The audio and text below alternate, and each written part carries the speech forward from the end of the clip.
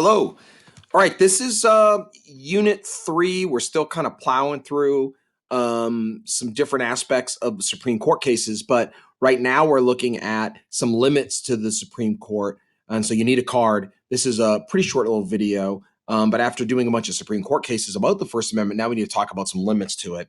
All right, so first off, the issue here in terms of limits with the Supreme Court is balancing order, making sure we don't have chaos and craziness going on, and your individual liberty. So we have a right to free speech, but we also have to make sure we don't create chaos with our free speech. So there's like this balance between order and liberty, different things like that. So the really famous case that comes into this is Graned versus the city of Rockford, 1972.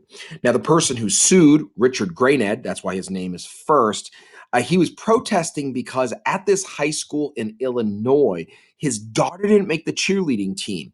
And they felt it was racial discrimination. Why did they feel that way? Because the only girls that made the cheerleading team were all white girls, and no black girls made the cheerleading team. I don't know how big the cheerleading team was, but this was fairly significant. So Richard Graned and a group of other African-American parents protested in front of the high school. And by the way, the image that you have there was the actual high school. Right on the little sidewalk there out front by the trees is where they did their demonstration. So they protested in front of it.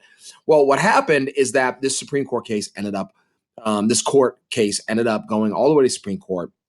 And the Supreme Court is going to create what are called time, place, and manner restrictions. So when, where, and how you'd use your freedom of speech or First Amendment rights, and there are some restrictions on that. Here's what they said. They violated a noise restrict ordinance, and so that was something that they couldn't do. You're not allowed to disrupt noise wise, but they protested at the school. So the where, can you protest at a school during school? And the answer was yes. These adults can do that. By the way, as a student, you can't, unless the school lets you. And then the noise disruption, can you disrupt? And the answer is no, you can't disrupt classes. So there's like the how you do it, noisy, no. Can you do it, the protest at a school? Yes. So that was like the where was okay, the place, and then the manner was not okay. So no person, this was the actual ordinance, no person while on public or private grounds adjacent to any building which a school or any class thereof is in session shall willfully make or assist in making any sort of noise or diversion that disrupts or tends to disturb the peace or good order of such a school while in session. So basically, this kind of goes back to, you don't have a right to disrupt a classroom. You don't have a right to run down the hallway and scream bloody murder and just like disrupt all you want and say, well, I have free speech. Actually, you don't, because see, the place and the manner of how you use your free speech, it can be restricted. And in this case, it was in Graned versus City of Rockford. This is from the Supreme Court justice applying strict scrutiny to the test. The court had applied in Tinker versus Des Moines. Marshall held that anti-noise ordinance was narrowly tailored to meet the city's compelling interest by having undisrupted schools. So noise ordinance is okay. The court relied heavily on the fact that the statute required noise actually to disrupt or beyond the brink of disruption in the normal school session. So like how you do something is important. In this case, disrupting class was important. And there's some other time, place, and manner restrictions that the court has said. Defamatory speech, which means like you try to ruin someone's reputation, that's not allowed. Like you do not have the right to destroy a private person's reputation. Now, they have also ruled that if you're a public person, and I've mentioned this before, you're the president, you're a celebrity, you're someone that's in the news all the time. Basically, in the United States, anybody can say anything they want about you, and that's okay. Whether right or wrong, that's okay. Offensive speech. So, you can't curse. That can actually be restricted in a public setting.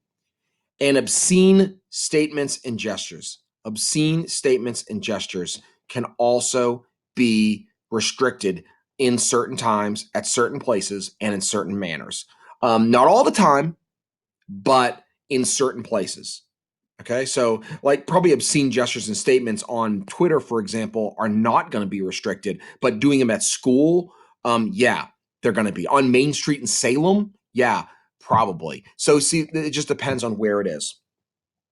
Matter of fact, check this out. Talk about defamation. A teacher gets 363,000 for students' lies. Defamation. Two California students and their parents are being held financially liable for defamation of teacher. Former Catholic physical ed teacher John Fischler filed defamation lawsuit after two girls branded him a perv and a creeper and spread false rumors that he'd inappropriately touched kids and peeked into the girls' restroom at Holy Spirit School in San Jose. So this is in California. And so he ended up winning $363,000 because of what these girls did, because it was found that they were lying. So you cannot just destroy someone's reputation because you feel like it. And that could, by the way, be on Twitter or whatnot or Facebook, because this person is a private citizen. They're not like the president or something.